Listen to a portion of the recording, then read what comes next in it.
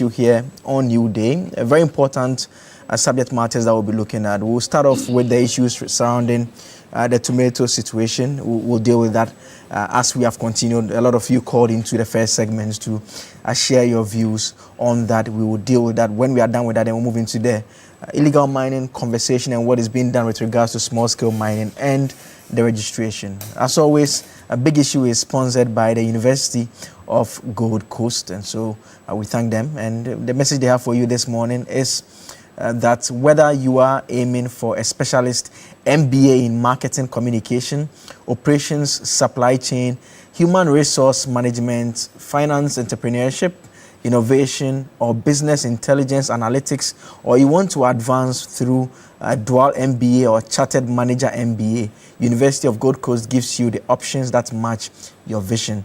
And if your next step is an MSc in international relations, communication, international marketing, international law, security, diplomacy, accounting, finance, or human resource management, an LLM in international law, security, diplomacy, or an MA in biblical studies, practical theology, the pathway is open. April admission is now open as well. You can apply today because at University of Gold Coast, we make it practical, flexible learning and entry as well to ensure that you also have flexible terms of payment and you can study around your work and life and choose a route that fits your background and pay in convenient installments as well. Special thanks to University of Gold Coast for sponsoring this segment of the show. Let me introduce you to my guest in the studio this morning. Pius Enam Hajide is a former Deputy Minister of Information. Thank you so much for joining us. Good morning. Good morning, my brother. Also in the studio with us this morning, Don Kofuseni, a Deputy Director of Finance and Administration at the National Service Authority. I think I've hosted you once or twice already on the show. That's true. Yeah, thank you for joining us. Thank you for having me. Thank you. We're on holidays. It's very difficult to get people to come out. And so if you make time to come on the holiday, we really appreciate it a lot. Sure. And also Professor Smart Sapon, regular on the show. Once in a while, he shows up in the studio. Mostly he connects on Zoom as well. He is with us in the studio. He's Director of Research and Innovation at KSTU. Prof, thank you for joining us as always. So let's look at the issues relative to the tomato situation, and let's bring you that statement that was put out by the Burkina Faso authorities, just indicating what they are trying to do with regards to their situation there and the concerns that people have here in the country. So it's a tomato export ban. Economic operators and the general population have been ordered to ensure the supply of tomatoes to national processing units. Export of fresh tomatoes suspended throughout the national territory until further notice. Consequently, the issuance of special airport authorizations, ASE, is suspended. Economic operators who hold valid export authorizations for fresh tomatoes have a period of 2 weeks from the date of signature of communique to complete their export procedures. After this period, the authorizations will be considered null and void.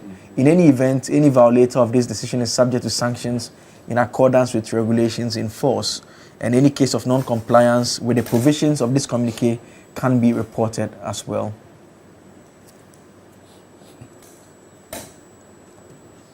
So already we are hearing from some of our Ghanaian traders in the Ashanti region, especially we've heard from them. They have expressed their concern that that could have implications. And during the first segment of the show, some of our colleagues, some of you, our viewers also called into the show to say that you prefer the Navrongo tomatoes. Apparently you call it Navrongo tomatoes, but it's not from Navrongo, it's from Burkina Faso. I want us to listen to some of the market women who have been expressing their concerns first. Then I'll tell you what you've been saying about the Navrongo tomatoes as well. It was some years ever Burkina Faso. And to be a say 2 years to Burkina Faso. The first one to be any Ghana. This is a machine is same. As I'm to Ghana.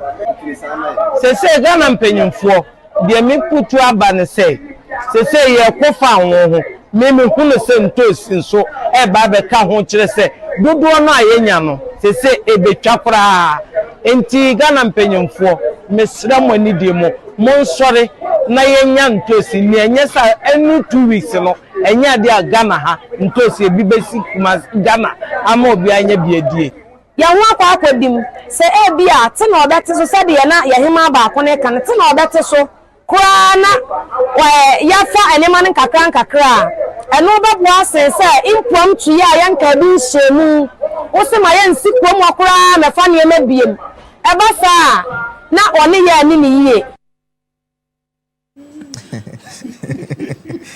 Well, interesting there. Interesting. Let me start. Come around the table quick. Let me start from Prof next to me and Prof. You know, a couple of weeks back when the incident happened with the traders who had gone to Burkina Faso, when we were having a discussion, I was making the point that I found it very disturbing that they had gone to Burkina Faso to bring the tomatoes down. And why are we not relying on what we have? Some of our callers tell us that it's not just about supply they are getting there, because there's tomatoes in Ghana. They actually say they prefer the ones from there. They said they are more juicy and they are better. And the question we're asking is that, I mean, in this modern era of technology and everything, the other products are the same thing. In fact, Alassa, they say that they would prefer the Togo one as well. I mean, why are we? It's a bit of a challenge. You would say that we should be having even this conversation in the first place. Yeah, a very good morning to you.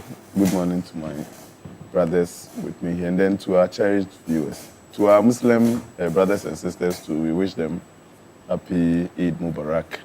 From here we'll be joining them. We will not let them do the two alone.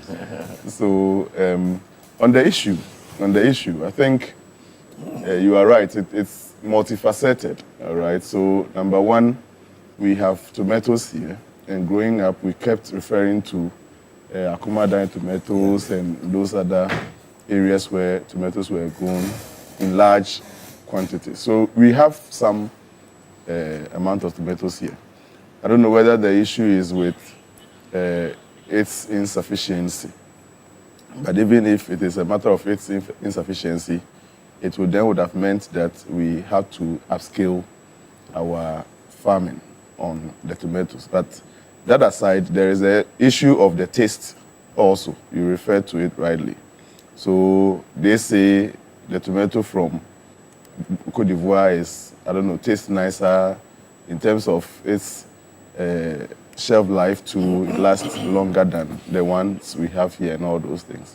So taste also comes in. So I've mentioned one. Perhaps the one we have is not up to the number we need to take care of all of us. And then the second thing is the taste. But if these two issues are our issues, I think we can have homegrown solutions to them. Because continuous reliance on Burkina Faso or anywhere else for what you consume daily is kind of a risky move to take. For example, if I take in oxygen and the source of the oxygen I take is controlled by somebody else, let's say Côte d'Ivoire is the one who supplies us oxygen, and we do not do anything about it as a people and we continue to allow that to stay, we are seriously living on a time bomb. The day they will say we are taking off our air, what will happen to us? So I think as a state and as a people, because the taste issue is not about the state, Ghanaians have a lot of taste for foreign goods. I don't know why. So much so that they see Togo as a foreign country. Their Alansa is better than... I didn't even know that there was something like Togo Alansa till I was given some. And when I went to town market and I asked, they said, oh yeah, it's actually more expensive than the local one. You can imagine. And we see, and I'm referring to Togo and Burkina because I don't see, it's only administrative boundaries, they are divisions. They are the same people. When you are going to Ivory Coast, there's a town in Bia West called Akatiso. The town is Ghana and Côte d'Ivoire. It's one town. It's called Akatiso. You are here, the primary school is Ghana, and at the back of the primary school where the children play is Côte d'Ivoire. So if you say, I like Côte d'Ivoire tomatoes, what are you saying? You are not saying anything. So that thing we call taste for foreign things. We taste and we even forget that Côte d'Ivoire and Togo are not foreign. Burkina is not, I don't see Burkina as a foreign country. I see it as just like Ghana. So we must, as a people, work on our taste. And then the production must also increase here in Ghana. We have the land, we have the potential. In the past, we were able to do large-scale tomato farming and all those things. Now technology have come, the greenhouse centers are increasing. Yeah. They can grow and supply us the quantities that we need. I am told we need some investment of about $4 million USD to be able to upscale our tomato farming to satisfy the quantity we need. That can be done. And this is an opportunity for businessmen in the agro industry to take this thing up. We have discouraged state-owned farming for some time. We used to have state-owned farming. We have discouraged it. They say government's business is to create an environment for business people to. So this is a serious business opportunity I wish the businessmen in the agro industry can take advantage of and then supply. It is very, very lucrative. It's very, very, the demand is there. So let's look at these things and then begin to, but we cannot fault Burkina Faso. They are a sovereign country. They are protecting their interest.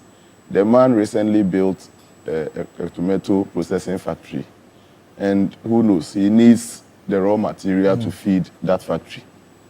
Yeah, so he says those that goes out as fresh tomatoes, he is banning it. He needs the tomatoes to power his processing plant. You can't fault him.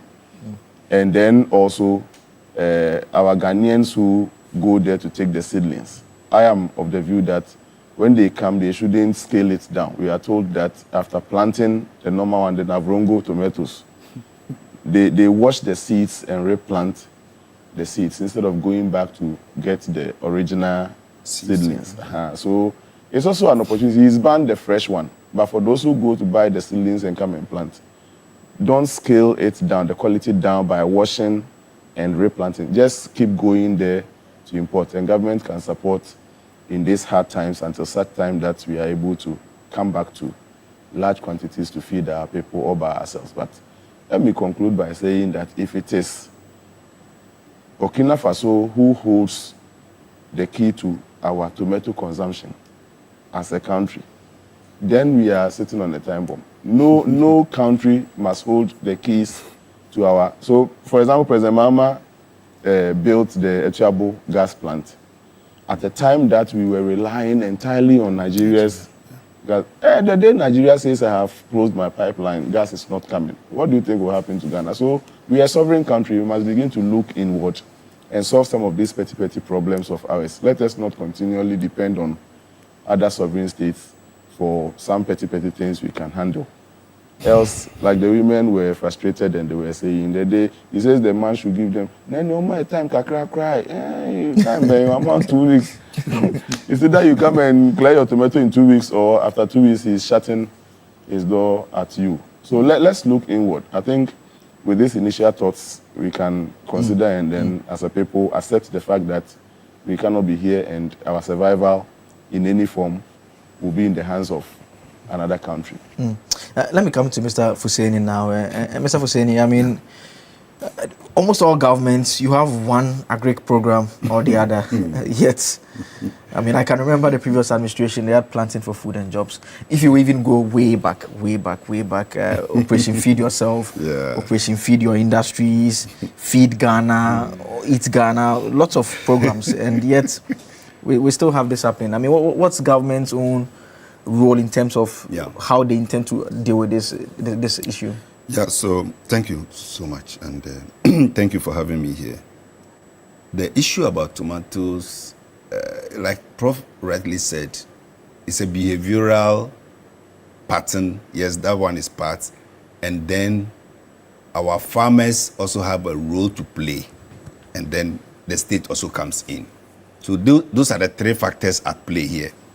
The consumer only wants tomatoes that are reliable. It's not everybody that prefers putting their tomatoes in the freezer. So at least if he puts it in the bowl in the kitchen for some time, it should at least last for a day or two. At least 3 days, the tomatoes should be able to survive for them to use. So that is what the consumer wants. If you check the statistics, Ghana spends annually over 760 million Ghana cedis annually just to import tomatoes, fresh tomatoes.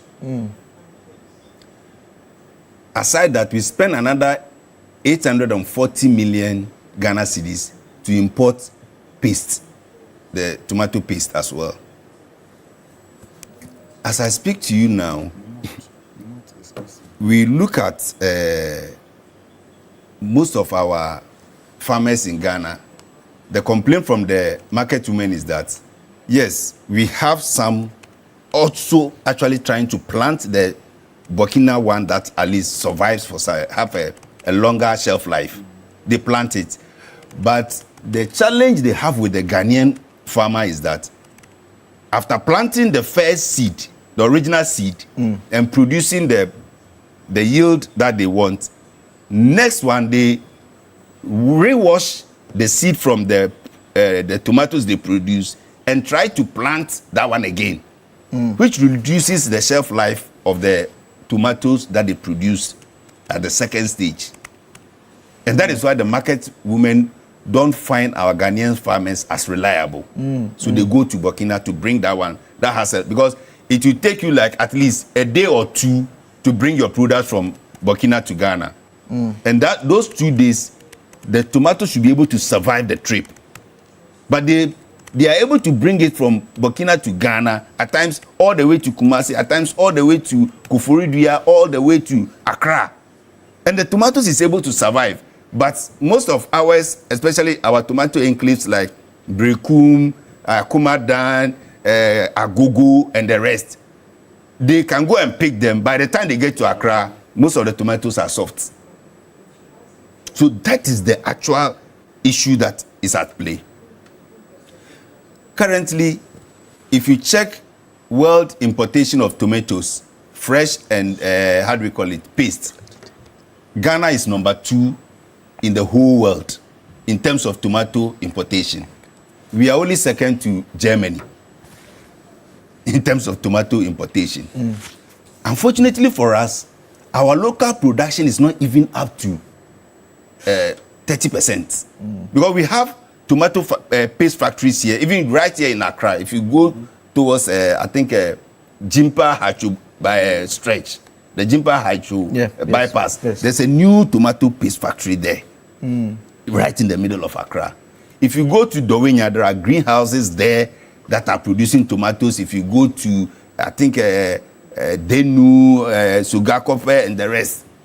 As I speak to you now, National Service is in talks with a partner that we just need about $4 million to operationalize our greenhouse that we've actually partnered private investor to actually operationalize the functioning of that greenhouse. And it is going to be able to produce 500,000 metric tons of tomatoes.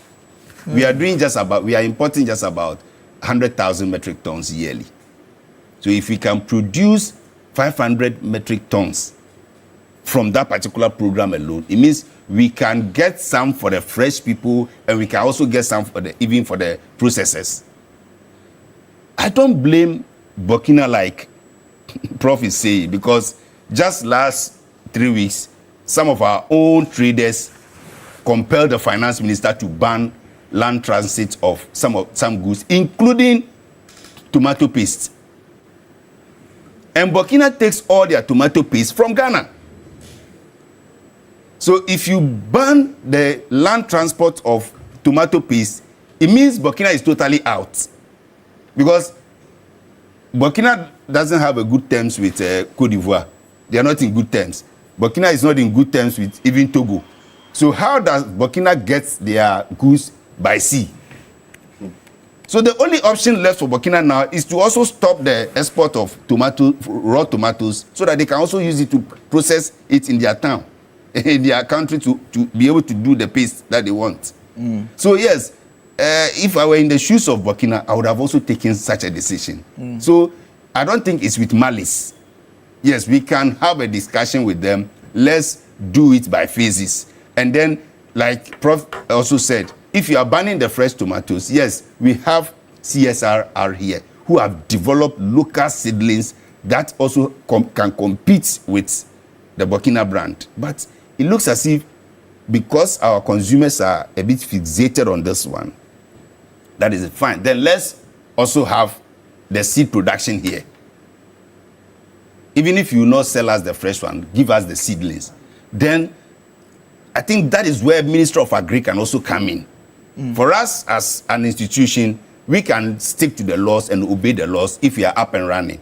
And I was joking with Prof that one private businessman in Ghana, one Bugatti is like, how do you even call that? Is it Bugatti? It's like $3 million. They should just sell one and come and support National Service to even start producing our tomatoes.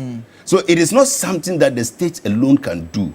And this is where businesses should also look at. Because now, when rice was a problem, people started going to rice cultivation. I remember Senyo Hosi, Honorable Akando and the rest, even my own brother Nitiwu, the kind of rice farms they have, you run away. Even some of them have rice mills that they can produce the rice, mill it here. If you go and see it, you think it's from outside. So this is the time tomatoes is also becoming a challenge because we are importing so much. And it's not as if we are not producing. Agogo, there was a glut of tomatoes. The president had to intervene. Yes. Go to Brekum and see the same thing. Akumada, it's not as if the tomato is not happening at all in Akumada. It's happening. But the type. I mean, is it fair to say that there's a bit of a clear-cut policy failure, not just limited to this government? Because, I mean, you made reference to the glut that we had. I can say the same for something like mango. I mean, if I went to Somenya last month, I mean, the mangoes are just by the roadside. A lot of them. Even a Jura and the rest. Yeah, I mean, so it clearly shows that it's not necessarily a production problem, but there are just a bit of gaps. Our biggest challenge when it comes to tomatoes in Ghana is the post-harvest losses. Okay. We do almost 47% post-harvest losses in tomatoes alone because we don't have means of storage. I chanced upon a meeting with the Ministry of Agri where a private investor wants to bring in these refrigerators at all the tomato production areas that can hold the tomatoes for at least 5 to 7 days. Then you can now transport. But the challenge, to me, the challenge is if we will accept that our farmers can also assure the market women and then the consumers that, yes, this time it is not going to be plant, harvest, wash, and replant. There should be that is where the Minister of Agri can come in for enforcement. Because in Burkina, they are not doing anything exceptional. But it is the law that you can't rewash and replant. That is the law in Burkina. So once you plant and you harvest everything, let everything go. Then when you, at least one tomato stick, I think you can harvest like 2 or 3 times before it goes off. Then you go for fresh seedlings and you come and plant again. So whilst they are planting, they are nursing fresh seedlings already. So that once this one is gone, they replant. All right. So I think it's just behavioral. Yes, Ghanaians, had it not be even for the sake of Zambia trying to laugh at us, the chiefs were able to market our kentes very well. Until this recent banter, Fugu was almost dying. But now, thanks be to God. So it's a behavioral thing. We can do it. Someone is telling me that you're actually a poultry farmer. You say you're a poultry farmer. Oh yes. Okay. National Service. We have a 100,000 capacity poultry farm just at Papao. Oh, I see. Yeah. Even today, I'll bring you some. Don't worry. Yes, Hachu. And Prof, someone is also asking me to find out from you whether you are into tomato farming. They said the way you were analyzing the tomato situation. I am a farmer actually, but not into tomatoes. No, but National Service is actually doing tomatoes. We did 50 acres at Abutentry in the Central Front Plains and another 50 acres at Yape. And currently we are doing about 50 tents, greenhouses at Dowinya. We are doing tomatoes and cucumber there as well. I see. I've delivered your message. My senior at the bar, Godwin Edujita Maklu, head of the NPA. I've received your message. So he's not the Muslim. Yes, he's one part of the chicken. I'm not giving you chicken. With me, thank you. Thank you as always for joining us and contributing. Let me come to you, Mr. Ajide. I mean, what's your own understanding of the situation and what do you think can be done about it? Well, thank you very much, my brother. Let me join my colleagues in wishing our Muslims, brothers and sisters, Eid Mubarak. We pray that this holy season of Ramadan, the prayers that they have offered for our country, the Lord Almighty Allah will hear those prayers. I want to congratulate them for their endurance, 30 days fasting. And I hope and pray that the renewal that has come shall affect all of us. I particularly also wish to, send a special congratulatory message to the flag bearer of the New Patriotic Party and his wife. Inshallah, the first family incoming. I want to share my commendations and to congratulate them most strongly on this auspicious occasion. I think that this is a major matter. We are in a precarious situation, and we should not make light of it or attempt to deviate from the seriousness. This is lives we are talking about. It's food. It's food. It's very, very important. I agree with my colleagues and I associate with all that has been said. But if you know that about 90% of our imports in terms of tomatoes comes from Burkina Faso, then there is cause to worry. Not only are our food habits, our eating patterns going to alter, but we are talking about, again, an increased cost of living. Already, we are not doing too well. In spite of government's advertised inflation figures and all of that, the reality is that the prices of goods on the market, for those of us who go to the ordinary Ghanaian markets, we see the increase in the prices of goods. There is no meal that a Ghanaian will eat, or very few meals that we eat as a people, that does not have tomatoes in its preparation. And you will know that when there is increased demand, prices will adjust automatically. So what I foresee is a rise in the price, and we are talking about an astronomical rise, because 90% of the imports are not going to come in.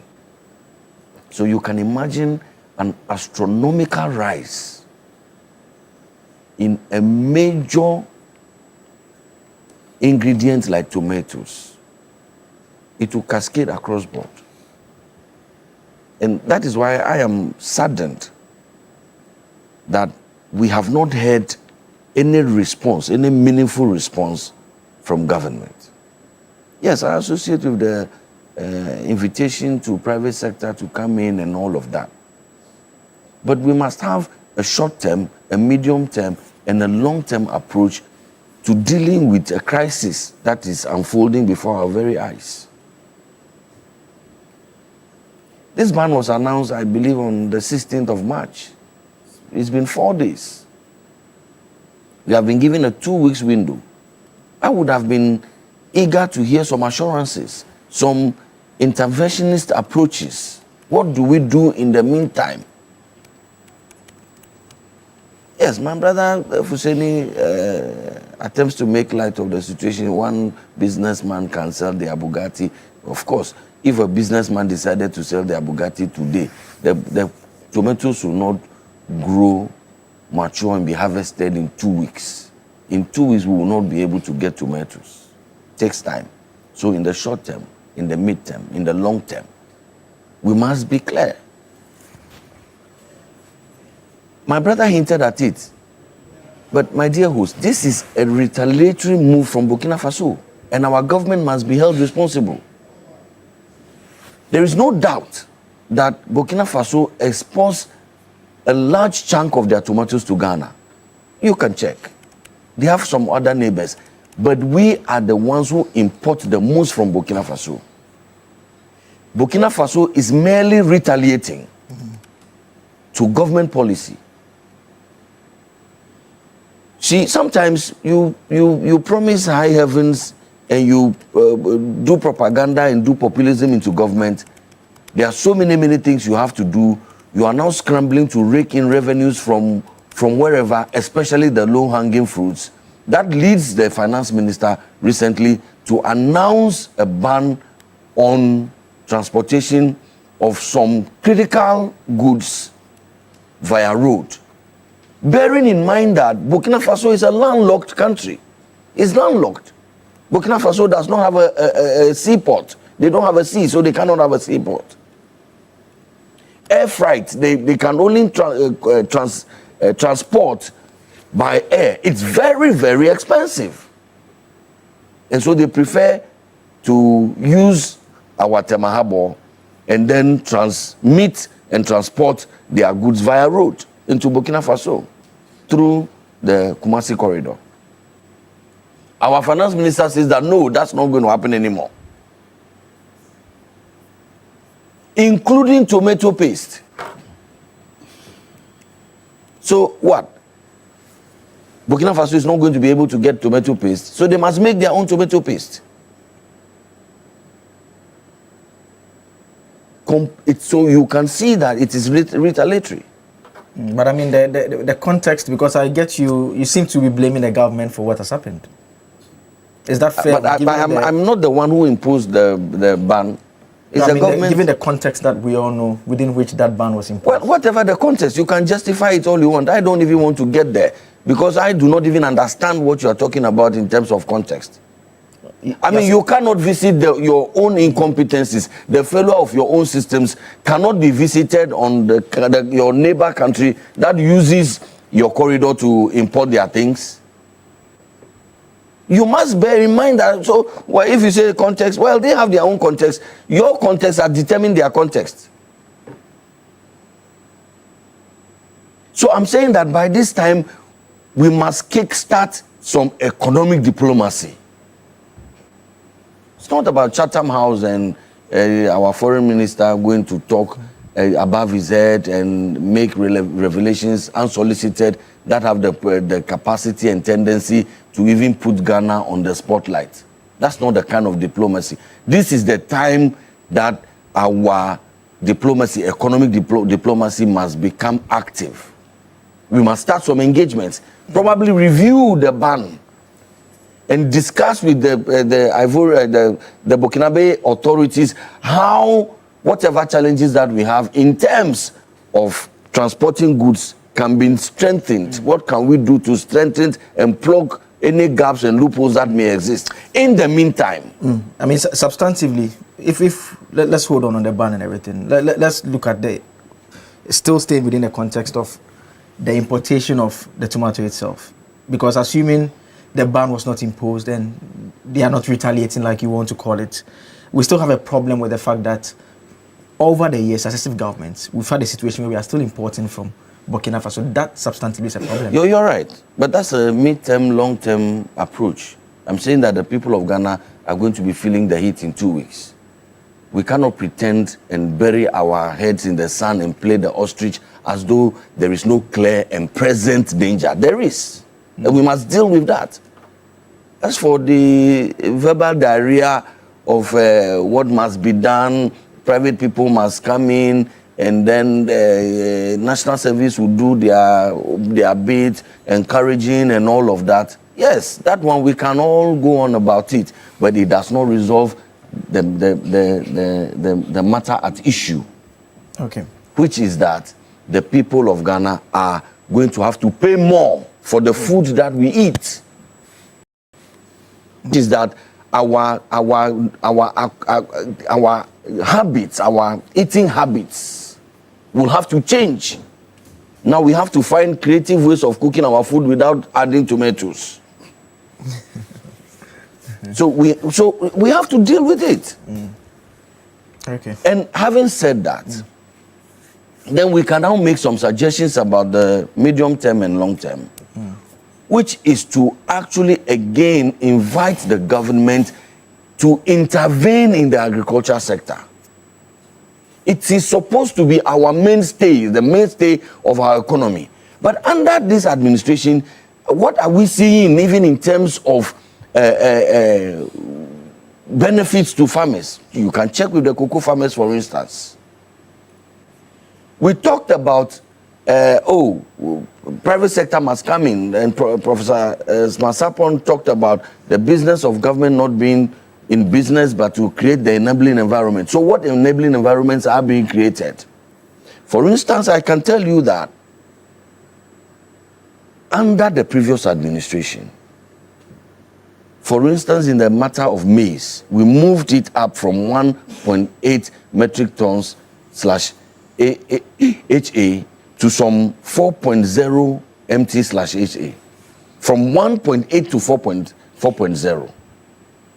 There was a policy. We did the same for rice, 2.7 to 4.5. There was a planting for food and jobs, which allowed for government to do some direct support to the farmers, subsidized fertilizers, improved seedlings, for instance. Those are the kinds of interventions we should be seeing. It is not just about inviting the business person to come. The business person, that is what Burkina Faso did. Where are the irrigation facilities? Where are the irrigation facilities? So government must walk the talk, and we must put our monies where our mouth is, which is in agriculture. Okay. You check the budget that was read, and then you want to do a comparative analysis. How much allocation was made to the Ministry of Food and Agriculture, for instance? Less than 5%. That's supposed to feed us and also to create jobs. We are an agrarian economy. So we must put our monies where our mouth is. And we must shy away from the general admonitions and pretend that, we are not in the kitchen and we are not the ones responsible. Mr. Fuseni Donko and his people are the ones who are in charge. And coming to tell me that Burkina Faso is retaliating because his government imposed or is implementing a certain policy, I'm confused. Is there not supposed to be alignment in government? Is there not supposed to be understanding when these things not discussed? Because clearly it looks like my brother disagrees with the move of the finance minister. I disagree with a revenue leakage being blocked. Oh, you don't disagree? What do you mean? Because you were blaming that policy. Who says I was blaming? No, you said it here. No, I wasn't blaming. So, Don't misquote me. So I'll learn from you. Okay. So in conclusion, my brother, you see, this is a serious matter. It borders on life because it is food. It borders on the cost of living because prices of essential ingredients like tomatoes and co are going to skyrocket. Already fuel is gone over the roof. We can't deal with our electricity. We can't deal with water.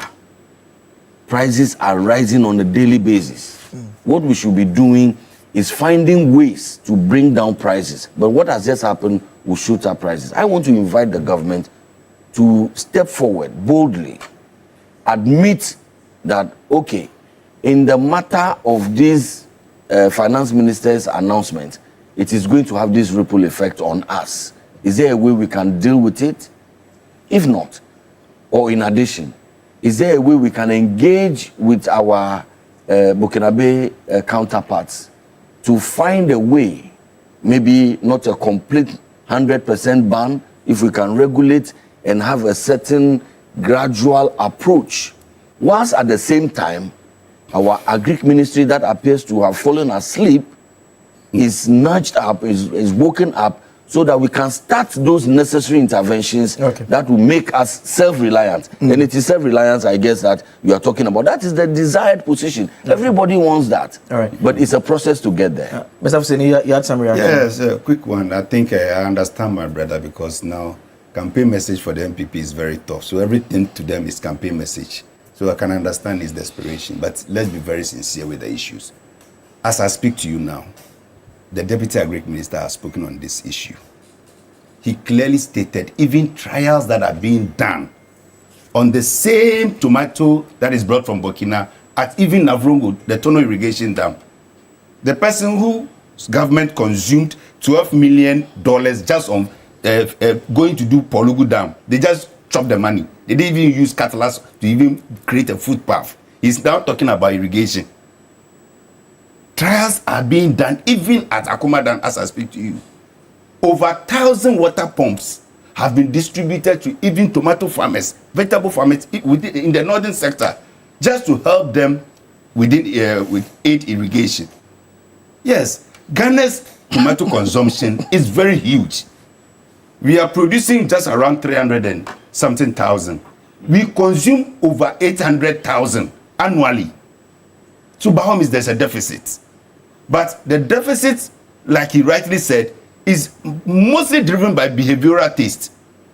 Because most of our people prefer what is coming from Burkina to what we actually grow. That's so not true. We are producing all right, but most of what we produce ends up with mostly the those who process locally. Because what we produce locally, especially what we produce, cannot last, don't have the shelf life in the market. So most of the market will shy away from it. But Mr. Donko, that's not true. Hold on, bro. I'll come back to you. Just hold on. Let's be very sincere. Why is there so much huge importation?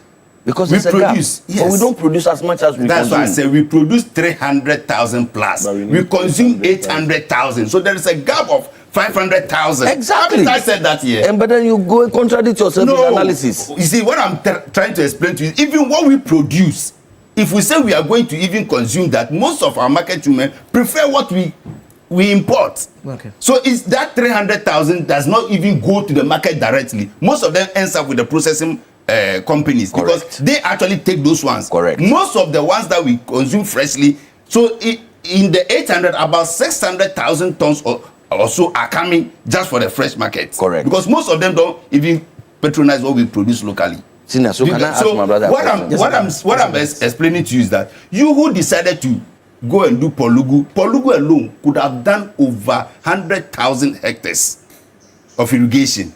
Polugu alone. As I speak to you now, but please, you chop the money, so don't say anything.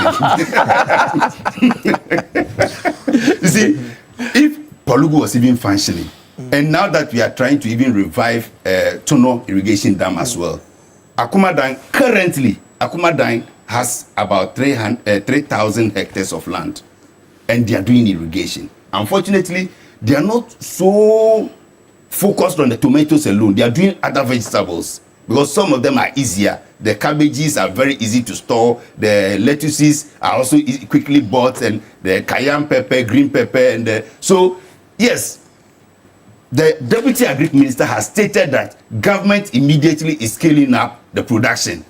So most of the trials that are being completed, but immediately they have to scale up. Akuma Dam, instead of using all the about 3,000 hectares to produce different varieties of vegetables, why can't we focus at least 1,000 acres? Because Ghana does just about 47,000 hectares of tomato cultivation. Okay. So if we can increase that one to even 100,000 or 150,000, it could be that. And I told you that as an institution, we are currently doing 100 acres.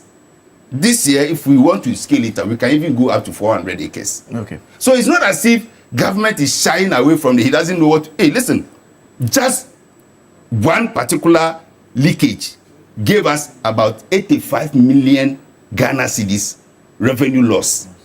You don't know what has been happening monthly. Those were just 11 or 12 cars that were impounded. 11 or 12 cars alone is about 85 million. Imagine 24 cars, 30 cars.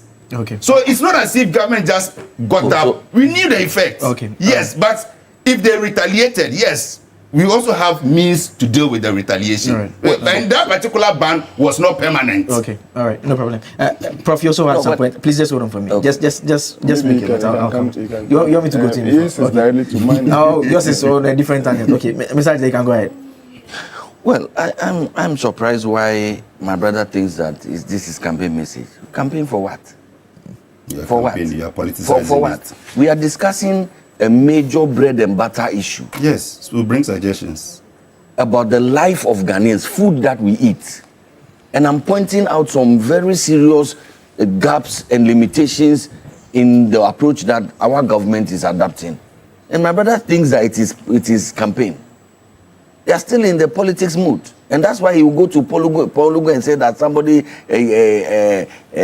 chopped $12 million and you allowed it to pass. About where is the money? If this is the man in government, yes, and you are responsible, and we have chopped 12 million of the people of Ghana's money, and you are watching us, then stop talking about it. It is irresponsibility. Simple, straightforward. Because this shouting, you did it in opposition. It probably worked for you, but in government, it's a different show, ball game altogether. You can't come on TV as a member of government, senior one at that. Just come and throw these unsubstantiated allegations and expect that we will take it line hook and sinker. Because you know what to do. All the things you have talked about, people have chopped money, they have done this, up till now, nothing. You two went to court over Edubuahi. There are eggs on your faces.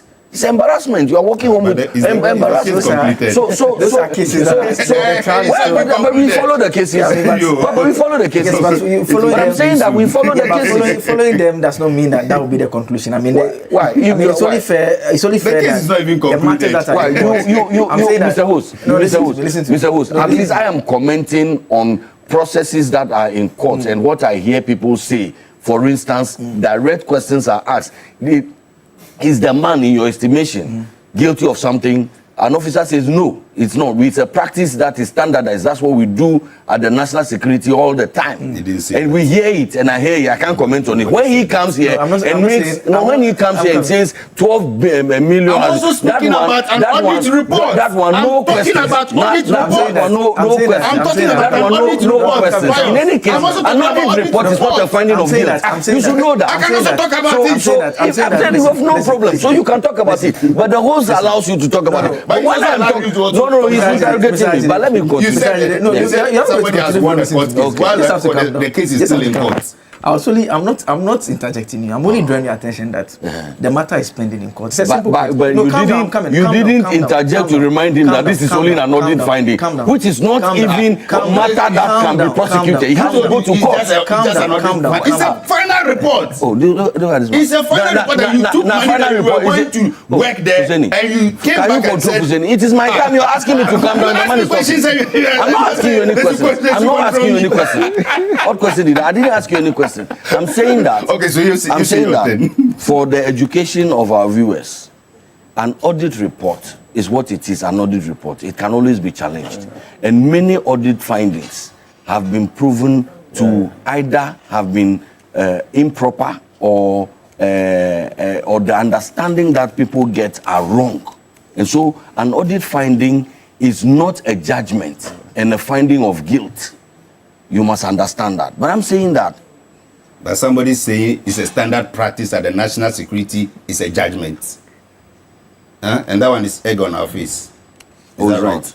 You went and told us that you told us that it is not standard practice and that he did it for the first time. It is supposed to be criminal. But now let me come back to the main issue that I'm raising. My issue is this: that you are a government in power. You imposed a certain ban. Your finance minister imposed a certain ban. You claim that 8 trucks, you know the number of trucks that ply these roads on a daily basis? You claim 8 trucks 12 have been found to have been culpable of some wrongdoing. And because of 12 trucks, you took a decision. And as a response, this is the countermeasure that Burkina Faso is taking. You think talking about it means we are doing politics? I think that we should review that.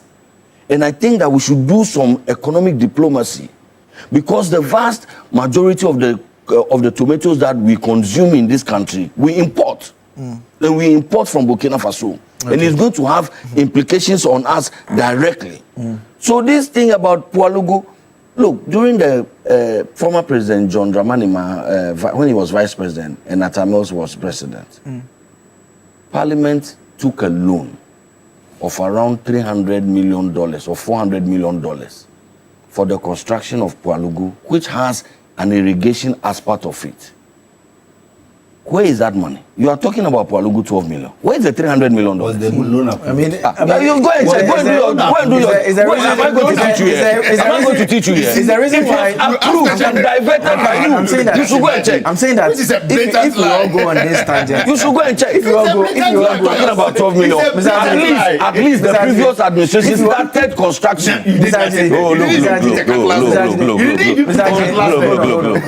If we go on this tangent, this is the back and forth that will be happening. But you allowed it. When he talks about $12 million, you didn't say that. You have to That's where I came and said they have completed the project. No, how it's not true. It is not true. It is not true. It is not true. It is not true. Nobody has that thing. Nobody has that thing. I dare you. Single signature project. I dare you. I dare you. Nobody has that thing. Let them play it. You can play it. It's a lie. You think that Pualugu was a joke? How can anybody say Pualugu? It's a lie. It's a lie. You're lying. You're telling lies. Should I get you the video? You are telling lies. Get us the video. Get us the video. Get us the video. I don't know why they're doing that. You see, Mr. Ajide, Get us the video. I'll get it for Mr. you. Ajide, the point is that when you are speaking, there are instances that I'll come in and I'll ask questions. But you no, don't just come calm down. in when it's no, you don't want to talking. listen at all. You don't want to listen at all. You don't want to listen at all. I'm saying that there are instances that I'll ask you questions. When you were speaking and you wanted to come in, I told you that hold on and take your note. I'll come to you. But when I was talking, he came, you didn't tell him. No, you're not listening to what I'm saying. You just. But you also are not listening to me. Okay, when I was talking, when he was talking and I wanted to come in, you said I should take notes. Yes. When I was talking and he came, you didn't ask him to I was telling him to calm down. I told both of you. It means you're not listening to me at all. Anyways, he doesn't even intend to take notes because he brought nothing. He brought nothing to take notes with. He's doing WhatsApp. People are sending him fake information. They just should be writing when I can write on my phone. So if we are admitting on this table that the response to the smuggle, which would have costed us revenue loss of about 87 or so million from those 12 trucks, is the cause of this, or Ivory Coast is retaliating because of that. Burkina is retaliating because of the decision we took over the revenue loss. Then I think it is a wrong move. We have to take responsibility of guarding the things that leaves our port and ensure that the right duties are paid. And if there are persons found to aid the smuggling, you see, let's activate our responsibility at the ports, and then those supposed to help us, the GRA and their task forces, commit to doing what they need to do.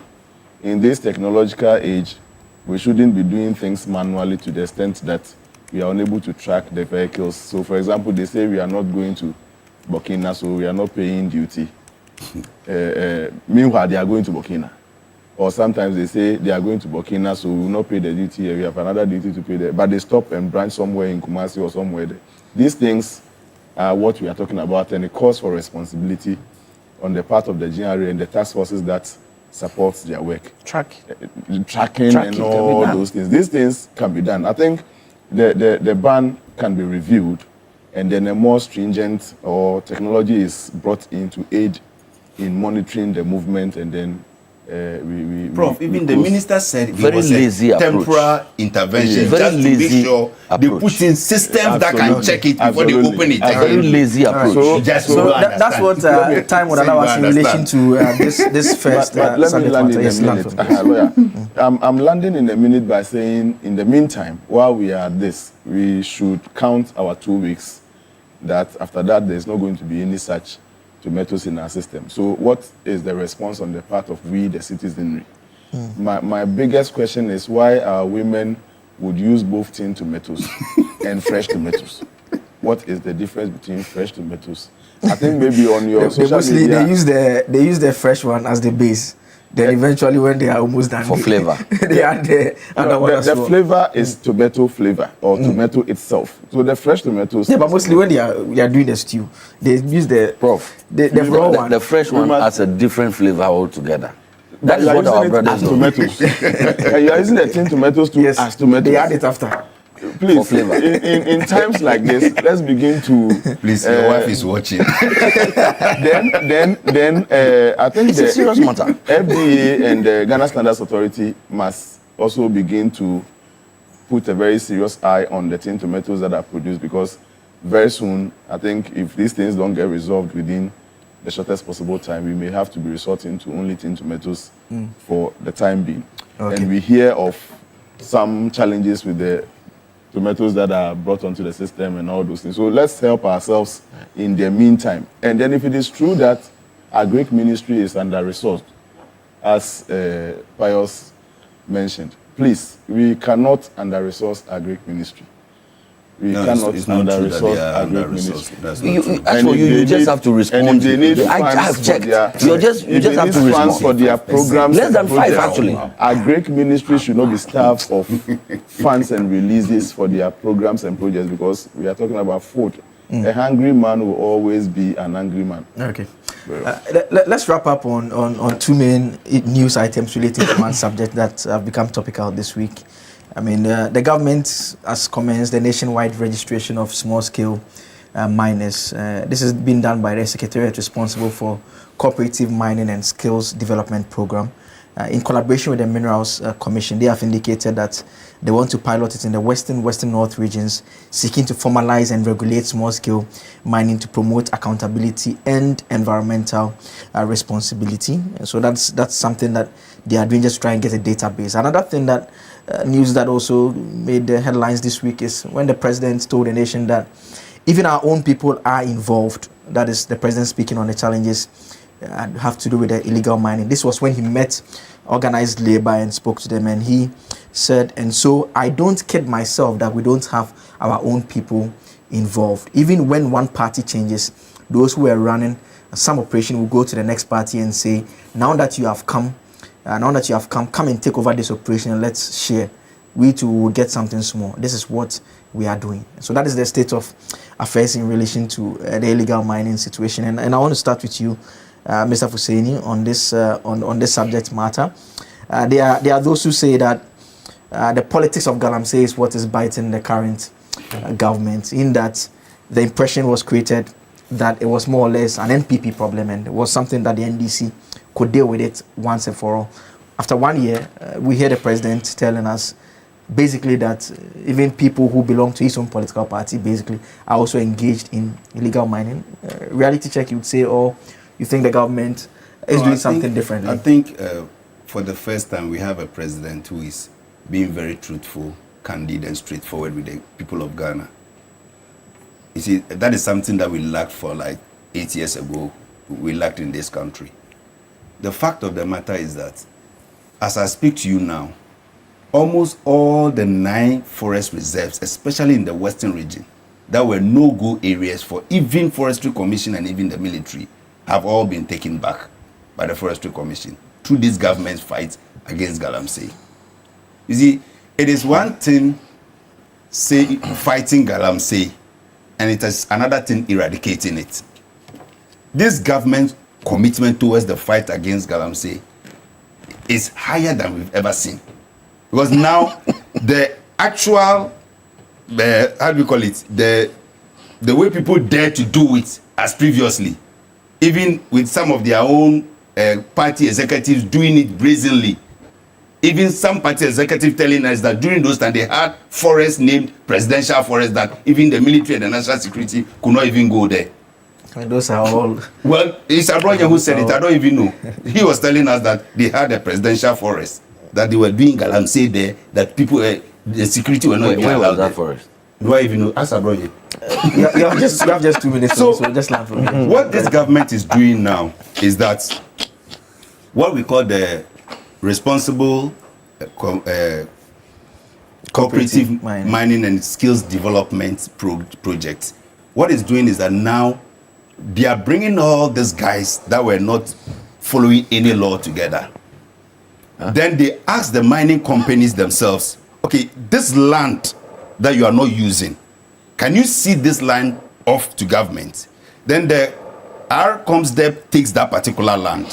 EPA comes in to register all the artisans there. The local assembly registers them. Minerals Commission also registers them. Then EPA and Minerals Commission, together with the mining companies that owns that concession, guides them to make sure that, one, you don't pollute the water. All your tailings that are actually generated from the mining after the washing are properly disposed of. Then you are given even a temporary operating license for 6 months. If you follow the law, that is when you are given the license to now continue. I believe in a way, if this process is able to go ahead as planned, the local assembly is involved, the EPA is involved, Minerals Commission is also involved, the chiefs and all the other stakeholders are involved, and we all monitor and see that this one is done successfully, unlike the so-called community mining that people were using to enrich themselves. This is done. We all monitor and see that this one, they are obeying the... You see, the problem is not about the small-scale miners alone. The biggest problem is the illegal miners, because for them, they don't have any license. They don't have... Even some of them go to sites that don't even belong to them in the night and start mining. Okay. Those are the people that the state goes after. But small-scale miners who are also mining and are also mining beyond their limit are also conducting illegality. So those are the people that I believe we can regulate. Once we regulate this particular group, I believe there will be a cascading effect even on the illegal ones that, listen, if there is a way I can join this group and can operate legally and I will not pollute the water, nobody will come and be chasing after me, I believe it's a way to go. It's part of the fight. Against, so I don't see the president saying he has given up on Galamsey or accept the fact that he says nobody is kidding ourselves to say, oh, as for the NDC, then nobody in the NDC is doing Galamsey. No. People will recalcitrantly go and try to do it. In fact, some of them were even working under the NPP regime, who still continue to try to work. But make sure that they do the thing legally, they don't pollute the water, they don't go. The government has even banned mining even in the forest reserves now. So at least what we are doing, I think is a way higher than what existed previously. And this government's commitment against the fight against Galamsey is higher than we've ever seen. Okay. So the president cannot compromise or even throw up his hands in despair. No. Prof, let me come to you now. And Prof, you agree with him on the last point he makes about the government doing better than maybe the previous administration did? Anyway, that's the numbers or the current situation doesn't support the fact that this government is doing better. He's putting up a fight, but in terms of better than the previous one, we are yet to see. What I think is going to help going forward, and I'm not for complete ban, even though whilst Fuseni was in opposition, he was calling for state of emergency. You remember that statement, state of emergency and all those things. And I mean, to the president, I'm surprised that, and I don't know, he doesn't mean this is the first time he's acknowledging that NDC persons are involved in Galamsey. And I would be surprised if that is what he wanted to communicate. NDC, MPP, in fact, Ghanaians who have been involved in Galamsey are largely MPP and NDC people. So this won't be the first time NDC people are getting involved in Galamsey. They've always been involved in Galamsey. There's no Ghanaian elsewhere other than this MPP and NDC people. Yeah. So they have been involved in, since the issue got out of our hands, it's been NDC and MPP people engaged in Galamsey, except that it's drastic state of emergency thing didn't come. That is the point where, for me, I got disappointed. Even though when they were talking about state of emergency, I wasn't for state of emergency. That was his position. That was the NDC's position, and I was thought that if they came and they did it, they would have perhaps given us some fresh start. But they are in the management of it. My own brother and countryman, Kofi Amabua, is leading the four. They've made some gains, only that it is not significant enough for us to say it is a better fight than the previous one. What the next steps are, as you have brought for us to discuss, is for them to regularize and perhaps have a full database of those who are in it. Okay. I don't know what has been happening if they were small-scale miners, because they say small-scale miners. They didn't say galamsey for. If you say small-scale miners, it means they went through some processes and they have records at the either Minerals Commission or somewhere where they registered. Are we going to upscale that record? As in new members have come in and we are upgrading it, or we are going to galamsey sites or small-scale mining sites to register them? I want to get that thing clear, because so what is actually done is that the cooperative mining scheme is actually established. Yes. So that it should be an incentive to drag them away from the illegal mining. Yes. So if you want to mine, government has spoken to the large-scale mining companies to seed up this land. So the come and mine here so that we can supervise you to do the right thing. So those who want to come there are those who are going to be form registered. the cooperative, and they are the ones who will be registered. We register them. That's fine. What is this? Just learn from me. What do you understand? No. Just learn from me, Prof. Yes. Professor, do you understand what is this? Do you understand? What will you do with the community mining? I did a proposal. I was with Roland, your brother, and I still want to conclude on that proposal. So the seeding of concessions for these people is fine. What I'm saying is that currently, if we want to free our environment from these distractions that is ongoing, we should create banks, areas where they can do their mining, and areas where they cannot do their mining. If the areas are agreed upon with the traditional rulers and all those things, and they declare this part of the constituency a no-go area, and you are there doing mining, move from there to the part where it has been assigned for mining. Come there.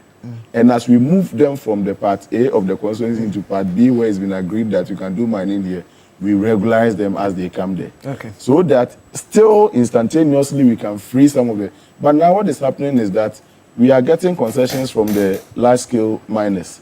But I tell you, only fresh people will come there and mine. The people who are in the other areas destroying it are still there. So we are just adding and depleting more lands, including the concession lands, without saving the originally destroyed areas. We can do that, and by the time we run for about 10 years on these regularized areas and we come back to those places where the bans applied, we would have saved and grown back that ecosystem or that forest and all those things. And we'll be moving forward as a people. Mr. Ajide, I'll give you the final word. Well, you see, just a few corrections. The ban on mining in forest reserves did not start with this administration. Fact. That's a fact. Who implemented it? Who passed it? Huh? Mr. Hussein, hold on. No, but hold on. he's misinforming. Hold on for me. Mr. Ajide, Can proceed. I continue? No, you are Mr. Ajide, misinforming the make your public. points. You see, our colleagues in the NDC, because they, let me not say lied their way, I'll just say because they spoke their way into You are power. responsible for all lies, so don't attribute that to us. Hussein, let's have a very, we are ending, so don't make it personal. Don't make it. I'm not inviting you. It's not personal. Are you NDC? What am I? It's your father. When you say personal, are you NDC? I'm NDC. What's your surname? You are Hussein, Is don't NDC or come. NDC? So you are the one who, so please. You see, that's the sickness that some of them have. Anytime they hear NDC, then bam, they get into combat mode. We are discussing national development. In any case, it looks like my brother is talking about something entirely different. And that is the confusion that Professor has. We are talking about small-scale miners. People who have been certified already to go and mine. That is regulated to a certain extent. That the NDC government, the ministry is saying that we want to do some registration for. No.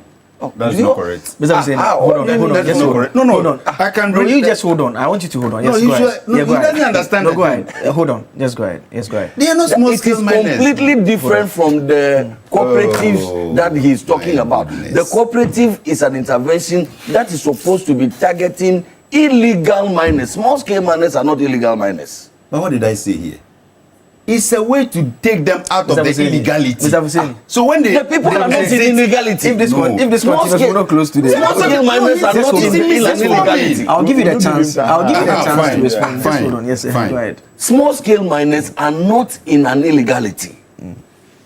Galamseyers are in an illegality. And government responded by a so-called cooperative, which is a rehash of community mining, which the previous NPP administration started. Even to a better extent, because under the NPP, technology was even introduced. You remember the gold catchers, that responsible mining, some machines were manufactured that will avoid the use of mercury and something. So the gold catcher was brought in for the what you may call it, the district-based community mining. So it is a different thing altogether. So for the spokesperson of the NDC to rather be confused about this matter, in itself confuses me. But for me, this is not. That is the sorry. No, go ahead, Mr. Ajide, go ahead. Sorry. I don't know which part. I'll give you a minute. Let's make progress. Okay, I don't want to get into a banter over this matter. The fact is that this is not reform. This is control. This is an opportunity for the NDC to again hijack that space of the so-called small-scale mining. Because, like has been rightly said, the difference between the small-scale miner and the illegal miner is that the small-scale miner is already certified to do some legal mining, which is the small-scale mining.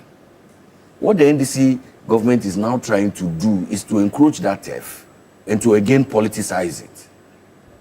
Because that's they are stuck in trade. That's what they do. Recall the recruitments. They promised it to their party people. Their party people are now up in arms. They want to politicize every and any institution in this country. How do they do that? Now people have certificates. Now they will talk about registration. They will ask for some documents here and there. They will now move into reallocation. It is all in the statement that there will be reallocation. So they will create space and bring in their people. In any case, this is the government that actually is facilitating the gold board gold. Where do you think they are buying them from? They are benefiting from the illegality. They are promoting the illegality. The gold that the gold boy is buying, where are they buying it from? They are buying it from the so-called small-scale miners, the so-called galamseyers. They just don't care. They need the gold to show up the city, and they are buying the gold. It is incentivizing even illegal mining, and that is why under their watch illegal mining has become worse. The water bodies have become worse. Okay. And it is not me saying this. It's not me. Talk to the people in the Ghana Water Company, for instance, and see. The last time a sister station did a comparative analysis of the acidity levels and the contamination levels of water, it had increased under their watch within these few months that they have been in power. I just did a Google search right now, and I just typed list of prominent galamseyers in Ghana. I just Googled it as we were talking. The names that have come here. No, but those are, I'm not sure you can read those names. You're coming to read names of people. Yes, they've been convicted by court as No. I'm just saying that. That's not what I didn't say. I didn't Google convicted. Yes. I just Googled list of prominent figures in Galamsey. Galamsey, as we know it now, is illegal mining. Yes. So you can't read out names of people. But we know we were in this country. We were in this country that the presidency issued a statement about some particular individuals. For instance, the national organizer of the NDC. It's afraid the matter is an investigation. We've not had an update. Since the days of it has been a year plus. You have a minute. But here are they say you give me time. He's doing this. The last person to be getting into personal issues will be Pious. Why? You shouldn't be doing Why? that. No, please don't. Do Am I on the Stick list to of the issues and conclude galamseyers? for me. I can read the list. Okay, so I should also Yeah, go, no, I should also Yeah, Google, Australia visa. Google. I should also Google. You can Google. You can Google. Let's focus on the issue. You can Google. My No, brother, I'm saying that. I'm saying you can Google. You gave us a take charge. your time, yes. You made allegation against that. Even wrote to the international communities to stop even buying gold from Gold Board because our golds are being mined by galamseyers. What this government is doing is to make sure they put a traceability on all golds that even Gold Board buys. So all small-scale miners, first, register. Let us know your source of operation. Oh, now it's Let not us galamseyers, not galamseyers. Please stop it. Let us come and let us know where you are mining, you say no. what you are doing, your environmental protection laws that you are obeying and everything. As alongside all those involved in galamsey, if you also want to be, because galamseyers are doing galamsey because they don't have permits. You are So confused. this is an opportunity You for are you. shifting your position. Somebody sent you a WhatsApp. When I was telling you that this registration was directed towards small scale miners, you were talking about bringing people from galamsey. You are not even informed of what you are talking about. Responsible cooperative mining was established to actually open the door. What does that for got to do with the all policy we are people discussing? involved in illegal mining to come and get properly trained, formalized, and properly directed as to how to do responsible mining. Understand what that we are is discussing? all. All right. Are we discussing So it's also a galamsey? We are part of the discussing fight. registration of small scale miners. You say we are buying from galamseyers. would allow us, Government this is doing morning. Where are you getting the gold? Where are you getting the gold? My guest from this your morning place, has been Pious Hajide. Pious Hajide is former Deputy Minister for Information. Don Kofuseni is Deputy Director of Finance and Administration at the National Service Authority, and Professor Smart Sapon is Director of Research at KSTU. I thought we were going to have a calm and peaceful You have to come and buy Eid some. Mubarak, but I mean it's part of. They don't want us to have a holiday. It's fine, but I mean the big issue is always sponsored by the University of Gold Coast, and a special thanks to the University of Gold Coast for sponsoring us. We'll take